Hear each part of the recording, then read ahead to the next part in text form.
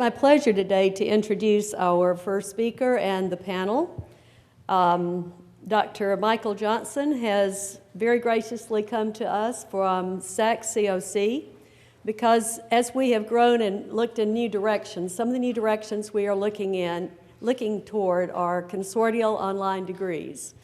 And we needed some clarification from SACS COC, in particular about those issues and where our parameters are and what kind of guidance we can get from Dr. Johnson. He is the Vice President of SACS SOC and serves as the staff contact for 80 or 90 colleges and universities, if you can imagine that kind of job. He came to SACS COC from Spring Hill College in Mobile, which is a beautiful campus. And for those of you who've had the pleasure to go to Mobile, it's just a beautiful place in general. He and I do have something in common, which is that we have second careers, or I, in my case, had second careers as the spouses of United Methodist ministers. So that gives a new skill set to anyone who's coming to speak to us, particularly on the issues he's speaking on. So I welcome Dr. Johnson to the podium, and I'd also like to ask the panel to come up at this time. As Mary Ellen said, part of the way we've structured this is so that we have some back and forth comments on the speakers so we can actually get the questions answered that we need to have answered. So I'm pleased that on the panel we will have Dr. Felita Williams representing the System Office in Academic Planning, Dr. Janet Gubbins, who is with the Distance Education at University of West Georgia, and Dr. Sharon Stone, Vice President at Dalton State. Sharon. I've done that forever, I'm sorry.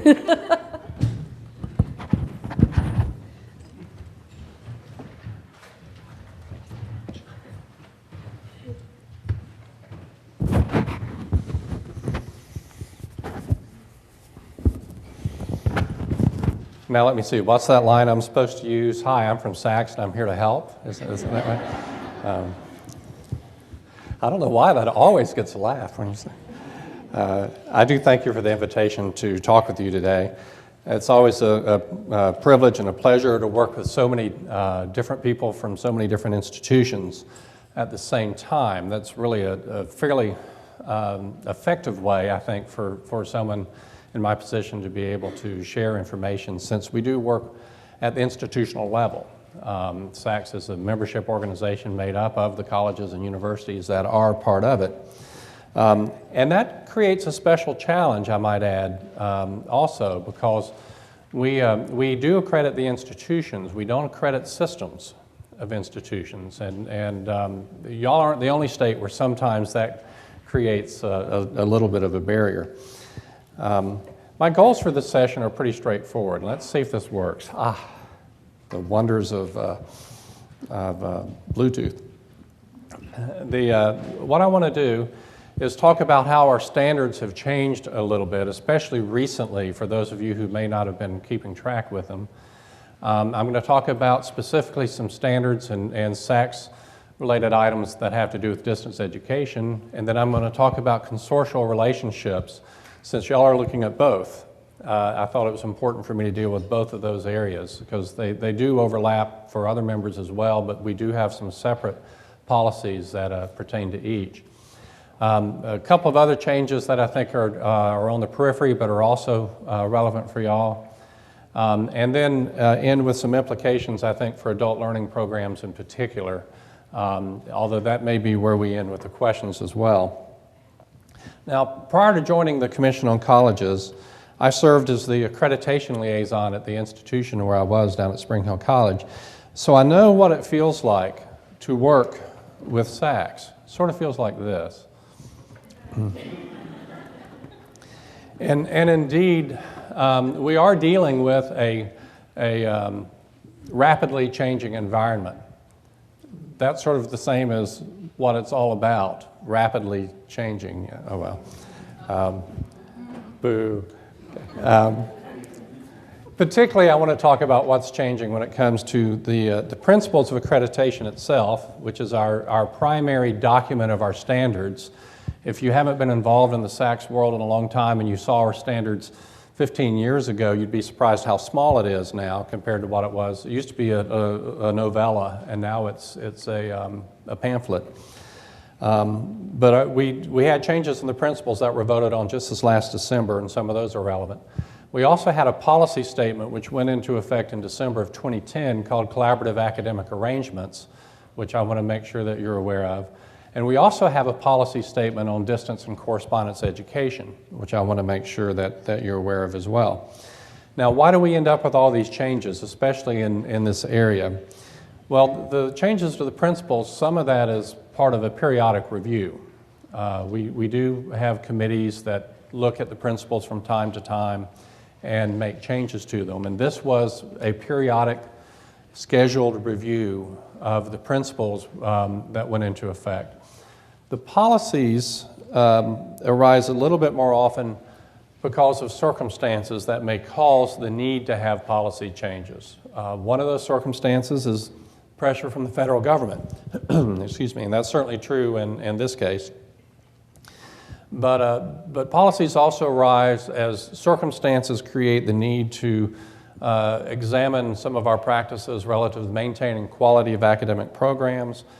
And basically, I think to balance institutional flexibility, because we don't want to stifle educational innovation, but balance flexibility with the need for institutional control over new policies and programs. So let's talk first about distance education. The changes here to the principles are going to be fairly straightforward. I'm going to talk about that and then talk about our distance education policy as well. Make sure you're familiar with that. We speak in numbers at SACS. You walk down the hall in our office and someone will turn to the other person and say 2.71 and the other person will laugh. But you just have to excuse me for having the numbers, but that's how this is organized, is in numbers that are consecutive. One thing that happened that we're going to talk about is that there's a change, a clarification to make clear that the principles of accreditation, meaning everything within this booklet, apply to distance education, as opposed to perhaps a subset of this book applying to distance education. And then I'm going to talk about two other standards that are called federal requirements, because that's where they came from. 4.8 has to do with distance education. 4.9 has to do with credit hours. And I think that that's probably relevant for our conversation today as well. The change in the principles, there used to be a little statement in front of a subset of the principles that had to do with educational policies that said that these standards apply no matter where you're teaching or how you're teaching. And it sort of implied that only those standards applied in those circumstances. So what's happened is that kind of language has been moved from a subsection within the principles and moved into the material that's in the body of the principles itself, and it's small type, but it says that these requirements apply to all institutional programs and services wherever located or however delivered. This includes programs offered through distance and correspondence education, off-campus sites, and branch campuses. To make it clear that anywhere a principle applies, one of our standards applies to distance education, you're expected to adhere to that principle in terms of your practices. And then the language continues and it says, consequently, when preparing documents for the Commission demonstrating compliance with the principles, an institution must include these programs in its institutional summary form prepared for Commission reviews. That's a document that you always turn in as part of a fifth-year review or as part of a reaffirmation review, and address these programs in its analysis and documentation of compliance. And have any of your institutions, you may not know, some of you may be actively involved with SACS on your campus, some may not. Have any of your institutions recently gone through the fifth-year review process, for example? Do you know? Okay, a couple. One thing that's happened in that fifth-year review process quite often is that institutions have been cited as in non-compliance with the standard simply because they didn't talk about how it might apply to their distance education programs. So your distance education programs are an important part of your narratives when you send materials to us. It's a very important area for us to have details about what you're doing and how you're doing it. The federal requirement, I first mentioned 4.8, is on distance and correspondence education. And it simply says that if you offer distance or correspondence education, you must adhere to the following things. And then there are 3 subparts here. One has to do with identification of students, one has to do with protection of privacy of students, and the third has to do with the fees that you may charge to identify students. And the language within our principles is straight out of the federal regulations here. I could read it aloud to you, but it wouldn't be much fun. But just to give you an idea of what it's about, it says that students who register in a distance education course or program, so it means it applies to anyone who offers a course, it doesn't have to be whole programs.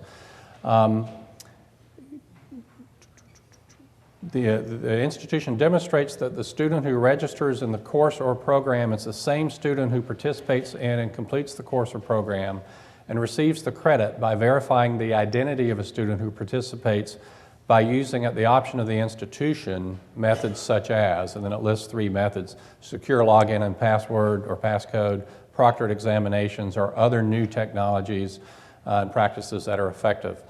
What this says is that for distance education, you have to be able to do this. Now notice we don't have a standard that says if you go to large state university in a traditional setting and you've got a class that's a large lecture 1,200 student class, that you have to verify that the person taking the exam is the person registered for the course. Of course, that would never happen anyway, where anyone would fudge on that, especially when it comes to athletics. But we do have that requirement when it comes to distance education. Now, right now, most people are satisfying that by having a secure login and passcode as the way of doing this, and that's what our committees are accepting. I will tell you that this will probably be a moving target at some point, and what's going to be viewed as acceptable academic practice in this area may well change. Right now, we're not saying you have to do retina scans when people do an exam or have a 360-degree camera that you set on the table. There are institutions that are doing those things, by the way, in terms of verifying the identity of the student taking an exam. There are other things, if you write up a narrative to us about this, that would be useful.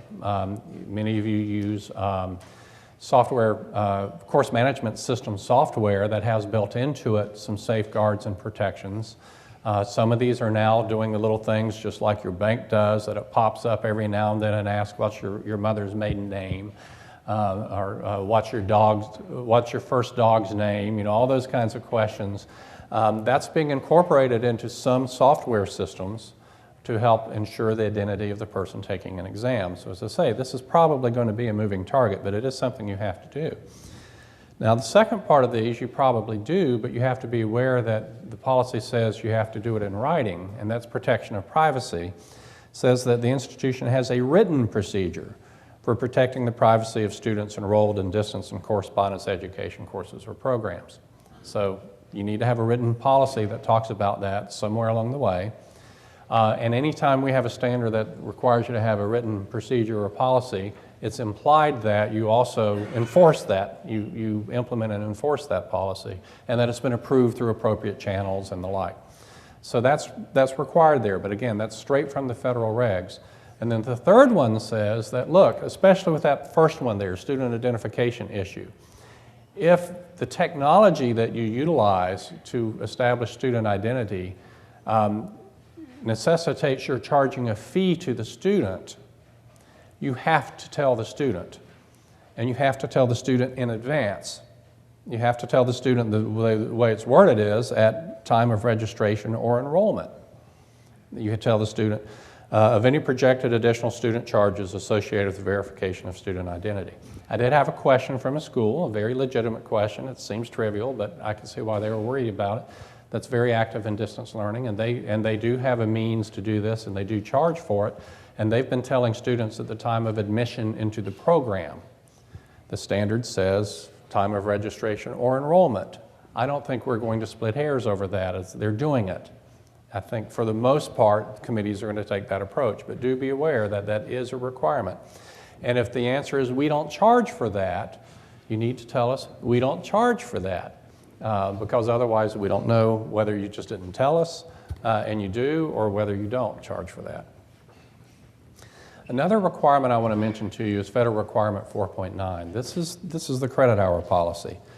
It basically requires you as an institution to have a policy and procedure for determining credit hours awarded for courses. We have another standard very similar to this, I might add. I thought we could have just made do with the one we had and beefed it up a little bit in terms of enforcement.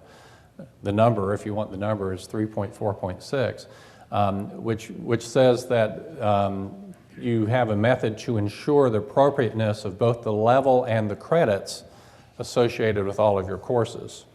But this is an important policy because this standard ties to a policy that we have on credit hours.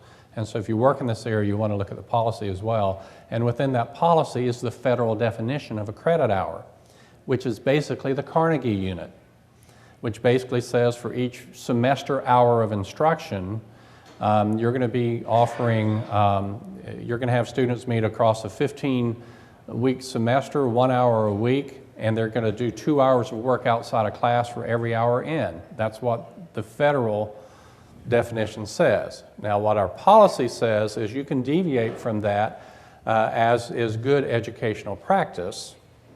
So let's make clear, first of all, that 50-minute hours are fine in a traditional setting. That's pretty commonly used.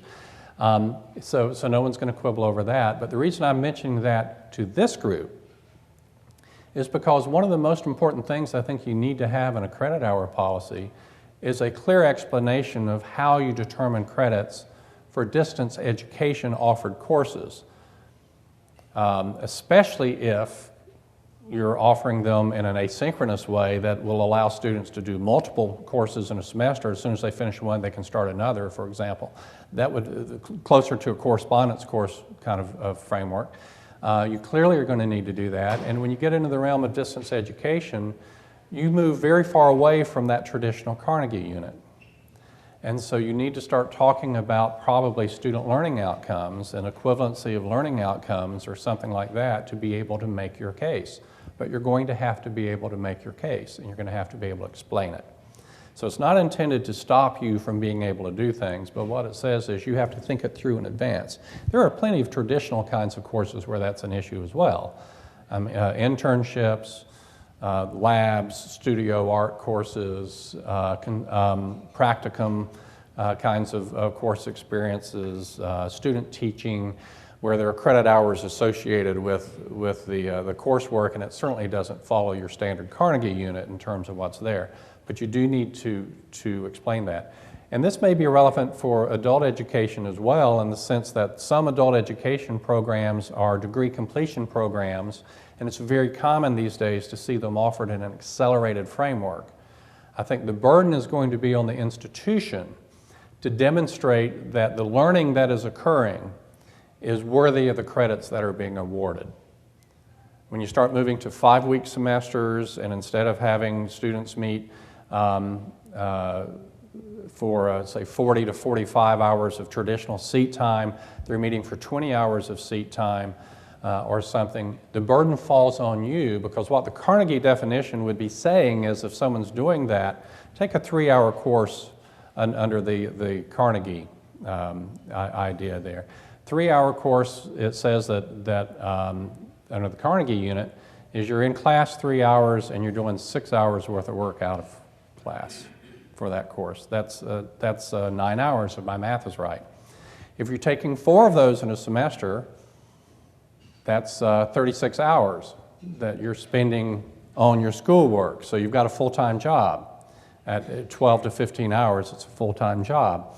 If you're doing it in a 5-week semester, I'll just let you do the math for whether or not the students are being given an equivalency in terms of outcomes that are there. So this is something that I think people do need to pay attention to, and I think where we're going to see the most questions asked about this as this new standard. So if you expect me to be able to tell you how it's been interpreted a lot, I can't, because it is new. But I predict that the areas that are going to get the most concern by reviewers here are going to be distance education and accelerated semesters. Okay. I mentioned a distance education policy, and I believe that is one of the things that's in your packet, actually. This will probably be changed very soon to a distance education guideline. Now, this is an important distinction when you work with SACS because a policy has the same weight and bearing and expectation of institutions being in adherence with them as does anything that's within the principles itself. So our policy statements have the same weight as this. You can be asked for a monitoring report. If it's severe enough and you don't clean it up fast enough, you could end up on probation. If it's severe enough and lasts long enough and you've been on probation long enough, you can lose your accreditation over a policy. But you can't over a guideline. Okay, a guideline is basically a good practice statement of sort of a statement of saying, here is one way for you to think about being in compliance with our standards, but there may be other ways. Now, that doesn't mean you would ignore them because basically what the guideline says is, look, we sort of pretty much presume that the way you're going to be in compliance is by following the guidelines or something which is as rigorous as the guidelines of your own making that may be different. So you want to pay attention to them, but they're not literal from a compliance perspective. Perhaps our most famous guideline statement is the one that everyone tries to make literal, and that's the one on faculty qualifications. We have a faculty qualifications guideline, and that guideline is where the Masters in 18 language appears. We have no standard that sets a master's in 18 hours as a SACS requirement. I heard earlier the idea that people say, well, SACS made us do it. I get calls from people all the time who applied for a job at a university, and they say, well, here's my qualifications, and they said they couldn't hire me because SACS said they couldn't hire me. And my answer is, SACS doesn't tell people who to hire and who not to hire. That's up to the institution. They may have an internal policy that says they can't hire you, but it's not our language. It's their language. So I think most of what's in the distance education policy now, the part that was policy, is really redundant now because that's what now appears in that new standard, 4.8, that I talked about already. This new stuff, this other stuff that's in the policy is really a guideline statement. And I think pretty soon this is just going to be a guideline statement. Well, what are the kinds of guidelines that you see here? Well, here's an example. If an institution offers significant distance and correspondence education, it should be reflected in the institution's mission. It doesn't say if you teach a course, you have to have in your mission that this is part of what you're delivering, but it does suggest that if this is a key part of how you deliver education, you would think it would rise to the level of being part of your mission statement in some way. Doesn't require that to be the case, but it does at least raise the question. Here's some others, just to read you a few more. The faculty assumes primary responsibility for and exercises oversight of distance and correspondence education, ensuring both the rigor of programs and the quality of instruction, which is the same requirement we have for traditional education. It says that there's no difference there. An institution entering into consortial arrangements or contractual agreements for the delivery of courses, programs, or services offered by distance or correspondence education is an active participant in ensuring the effectiveness and quality of the courses or programs offered by all of the participants. Okay, that's part of that's a guideline statement. We're going to see more on that kind of a statement later on. Students enrolled in distance education courses are able to use the technology employed, have the equipment necessary to succeed, and are provided assistance in using the technology employed. Well, it doesn't mention a particular standard, but there are standards on use of technology. There is a standard on the use of technology, and so what it says is that standard applies to distance education. Comparability of distance and correspondence education programs to campus-based programs and courses is ensured by the evaluation of educational effectiveness, including assessments of student learning outcomes, student retention, and student satisfaction. This institutional effectiveness, it says assessing, are you meeting your expected student learning outcomes for courses or for programs. And let me say, this is an area I've seen more attention paid by committees lately as well. What you don't want to do is have an institutional effectiveness system where what you say is, we have traditional course. I'm an economist, okay? I've taught principles of economics for years. So principles of macroeconomics. You don't want to say that in our principles of macroeconomics, our online course has exactly the same course objectives and uses the same textbook as our traditional course. Therefore, our outcomes are identical and we don't have to worry about it. What this standard is saying and what committees would expect is to say that, look, no, wait a minute, that's an empirical question. Are your outcomes actually comparable, or are just your expected outcomes identical? There's a difference between the actual outcomes and the expectations, and that we want to see some evidence that you've paid attention to that. Now, at a minimum, schools would be running, grade distribution reports between the two kinds of programs and looking at DWF rates and things like that between traditional and online. But this isn't saying that those measures are being assessed. The question is, is the learning comparable? There may be some kinds of coursework which fits in a distance education mold much better than other kinds of coursework. Are you paying attention to that? Is that relevant to you? That's my reading of what this is asking, is actually looking at your actual institutional effectiveness. Now, no committee wants to see that for every course that you offer. They want to see that you're doing it, okay? And that you're paying attention to such issues. So let's move on to consortial relationships. I think it should be consortium relationships, but that's all right. Bill Gates thinks there is no such word as consortial in this sense, and it doesn't sound right, but that's a different story. So let's look at consortial relationships. We have several things here that are relevant. We have specific standards that apply, and we have a policy statement.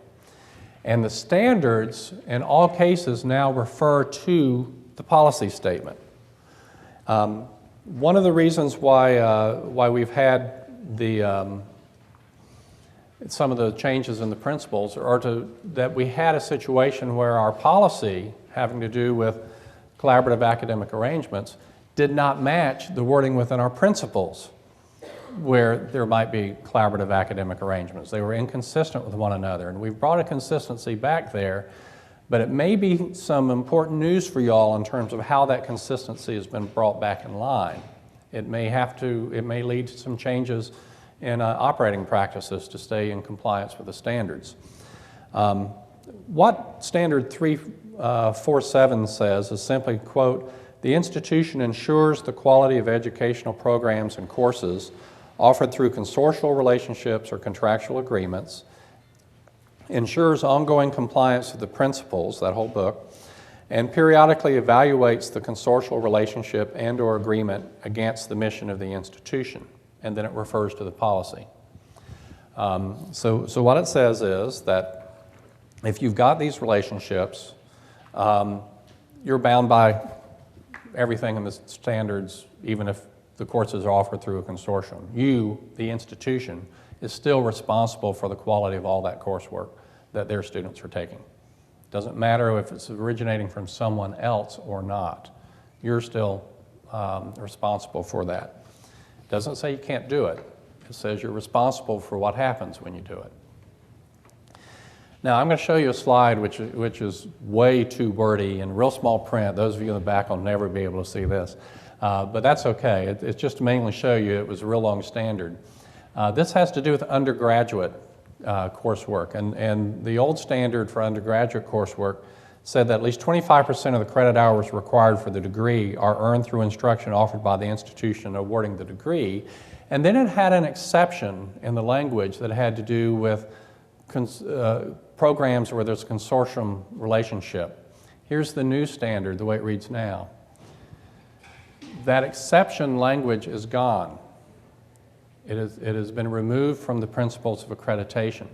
So what the standard now says is at least 25% of the credit hours required for the degree are earned through instruction offered by the institution awarding the degree. So a student cannot register at your institution in an online program and take 100%, or actually take 76%, of their degree program through coursework that originates somewhere else. That's what that standard says now. And you need to be aware of that. That's what the standard says, because it may change how you approach that. And when we get to the policy talks about some ways to do that. If you book credits as if they are your own, even though they may not have originated from your campus, how can you do that? I can't tell you how to do it. That's up to you to decide and be creative. But one way some people do it is through having an adjunct instructor relationship, so the person is actually the employee of the college that's offering the course. And so then the college has the level of control perhaps in place to make sure that that's okay. But that's the reason for this, is concern for lack of control by the degree granting institution over its own academic credentials. If you're giving someone a degree or you're issuing a transcript for that student, it's got your institution's name on it, do you have the controls in place to ensure the integrity of what's being offered? And that's part of what the policy is getting at. Same issue when we get to graduate instruction. The old policy said that at least 50% of the credits for the degree must be taught by the institution who's granting the degree, and then it had an exception for that 50% for areas where there was a consortium involved. That language is gone. Now, the standard has changed a little bit too. It says in the case of graduate degrees, 1/3 of the credits toward the degree are earned through the instruction offered by the institution awarding the degree. So those are pretty big changes, and I just need to be aware of them. If you don't like those changes, they are in our policy now, and so the policy needs to change if that's something that needs to change, and then you need to work through our channels of changing policies by talking to the state, Georgia state representatives on the Commission on Colleges and saying, this isn't going to work for us and here's why, and here's what we have in place to make sure that we maintain the integrity of our degrees because of the nature of the consortium relationship. You need to be aware of that language. So let's go to the policy and talk a little bit about that.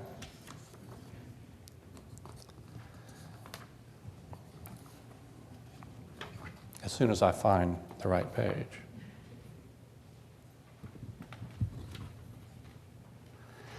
The Collaborative Academic Arrangements Policy is about a year old.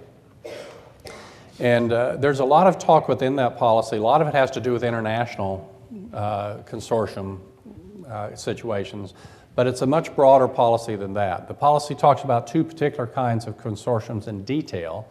Those are dual degree programs where two institutions each grant a degree for some of the same experiences, and joint degree program where two institutions have their name on the same degree, and the like. But it's a broader policy. It pertains to any consortium relationship.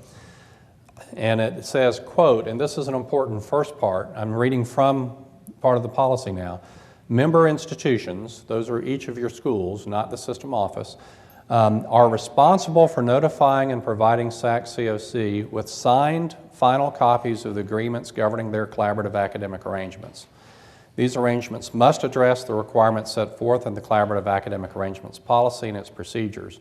For all such arrangements, SACS COC accredited institutions assume responsibility for 1, the integrity of the collaborative academic arrangements, 2, the quality of credits recorded on the transcripts, and 3, compliance with accreditation requirements. So if you're booking these credits, and this is true for transfer credits too, by the way, when you book transfer credits from another institution, you are certifying the validity of those credits and the integrity of those credits by placing them on your transcript. But that's especially true in the case of a consortium arrangement. There's some detail in this policy that's easy to overlook. That's one bit of detail, the notification requirement. Another one that's easy to overlook is institutional names on academic credential. This is where the policy and the standard now match, and they didn't before. For undergraduate academic credentials, students taking courses from participating institutions in a collaborative arrangement may be awarded the academic credential from the SACS COC accredited institution when 25% or more credits were earned through that institution's own direct instruction. And you go to the graduate level. It says the same thing, except it says 1/3 or more of the credits through the institution's own direct instruction. So that is a policy requirement that we have. And here's some other kinds of the language here that when evaluating or accepting and transcripting credits awarded through collaborative academic arrangements, we have registrars in here? Okay. Here's what this says. It says, when evaluating, accepting, and transcripting credits awarded through collaborative academic arrangements, the member institution must, so you got to do it. It doesn't say you might want to think about it, must record on the academic transcript the name of the institution from which a course is taken. If a member institution desires to transcript as its own a course taken through a partner institution, it must be able to demonstrate that the instruction was accomplished under the member's own supervision and included approval of the academic qualifications of each instructor in advance and the regular evaluation of the effectiveness of each instructor. The member's institution's approach might include the joint appointment of instructors. You don't have to do the last one, that's a suggestion. So what does that say? I tell you how some other states have handled this in consortia before, and y'all may be doing this already. Some consortia, and I can think of 2 other states that have statewide public institution consortia, where they make available the academic credentials, the transcript, and vita perhaps probably of instructors that are teaching in the statewide online system. They're all made available through with secure password and access to all the chief academic officers within all the schools that are within that system. And the expectation would be that from time to time that chief academic officer would take a look and see are the instructors appropriately qualified for our student to take that course. Okay, so that's one means. The other means is to have a joint appointment kind of circumstance. But if you appoint someone else's faculty member as your instructor for the term, the expectation is that you pay attention to how well that instructor performs, just as you would for your own instructor, because they are teaching your student, and they're teaching your student in a way that you are transcribing the credits as if they are your credits. So you have the same expectation there as you would have for any other course that you may be teaching. So you can see why I have all these troubled looks on the slides. I knew that these were some of the changes which may be most troubling to y'all. Other changes that we've made. Transfer of credit, which is a key component of any adult learning program, is transfer of credit. This isn't a change which should be bothersome to you, but it may require you to look at your practices a little bit. The policy's been toughened up just a little bit in terms of some minor language changes, but what it implies is that you have clear criteria for determining transfer of credit, and that those are published. You can't have a black box transfer of credit. You know, the student probably would have a pretty good idea if they could read through your criteria for transfer of credit, whether or not their credit's coming from private institution X or public institution Y, in-state or out-of-state, are going to be accepted by you. That's all the policy, the main change is. It's also added credit by examination as something that explicitly falls under the policy. Doesn't prohibit it. It just says that you have to have clear criteria, and they have to follow good educational practice. ACE is the kind of thing where you're dealing many times with good educational practice. We have and another thing for your ACE type credits, there's a whole separate standard in the principles. There's several along this, in the numbering right along this area here that would apply, but there's one that talks about taking non-credit experiences and converting them to credit. And again, it requires that you have clear ways to do that, and that you follow good practices when you do that. It doesn't say you can't do it. You just have to have good practices when you do.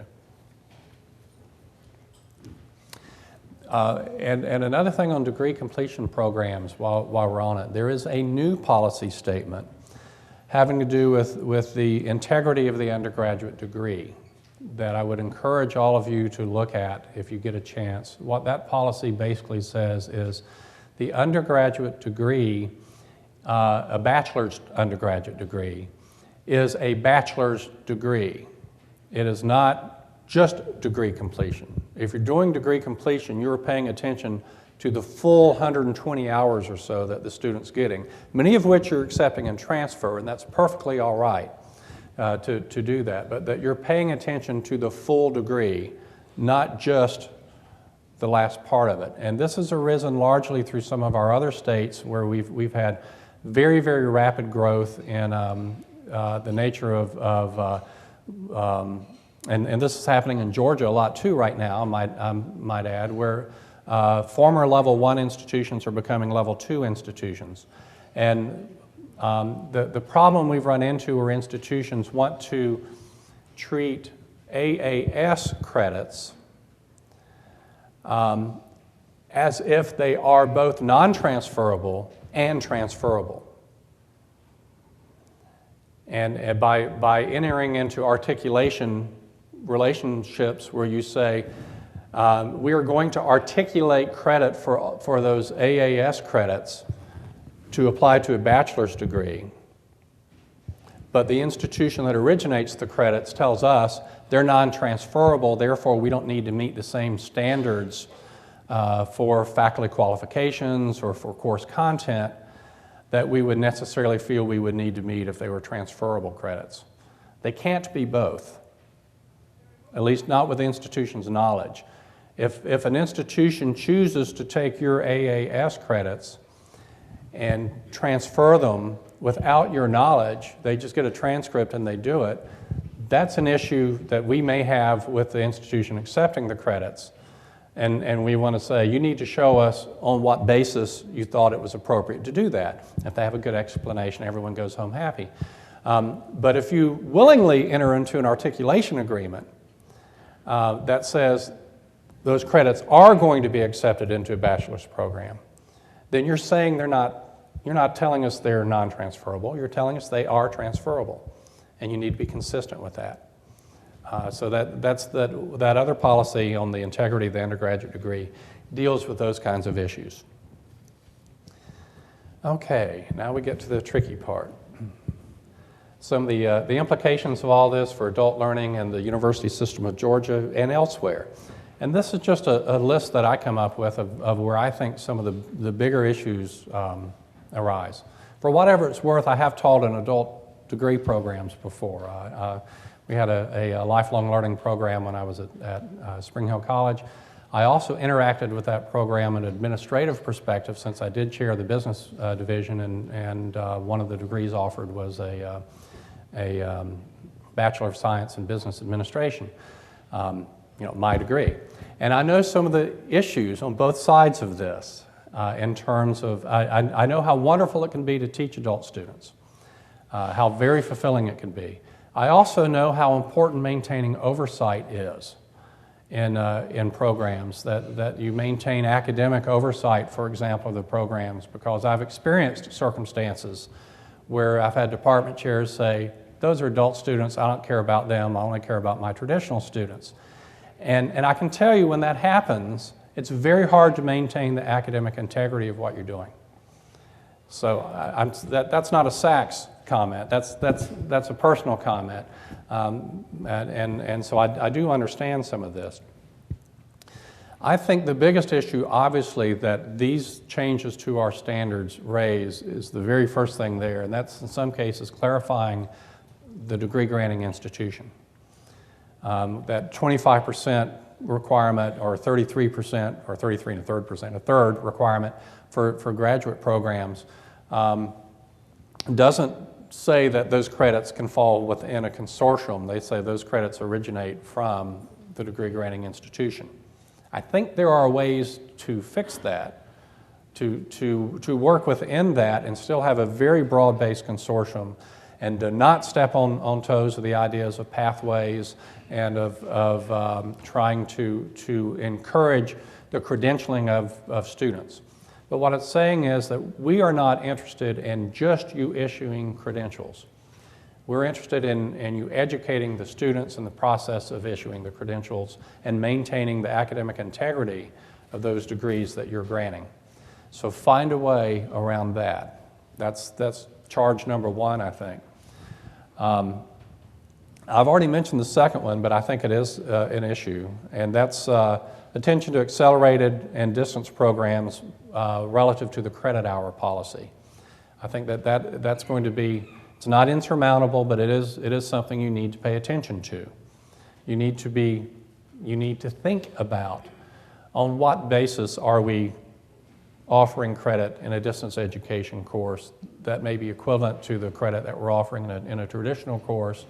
The good news is many times if you do actually look at student learning outcomes in some distance education courses, you'll find students do better, not worse than traditional students. But the question is, are we doing whatever we can to ensure that the student is learning 3 credit hours worth of coursework, not just taking or being awarded 3 credit hours of coursework? And that's that next step, learning outcomes equivalencies. You can't assume them. You need to demonstrate them. You need to think about them. You need to worry about them. You need to and I'm not saying identical, but I'm saying that you need to think about whether or not you have safeguards in place to ensure that the student is actually learning what you want the student to learn. You want to worry about that with your traditional programs too, let me add. It's not just your distance programs. The transcripting of credits, I think, is an area that some of the things I've mentioned to you, and there's more in the policy than I just read, by the way. I think you want to pay attention to some of that a little bit more. And then the clear transfer of credit criteria, you're probably in pretty good shape there. That's part of what statewide articulation often is designed to do, and state numbering and the like, is to help clarify, make it easier for students to transfer credit. But it's not just students who are coming from within the system to another school within the system. It's also students that are coming from outside the system, either from other private institutions in Georgia or from public or private institutions outside of Georgia, from non-accredited institutions and the like.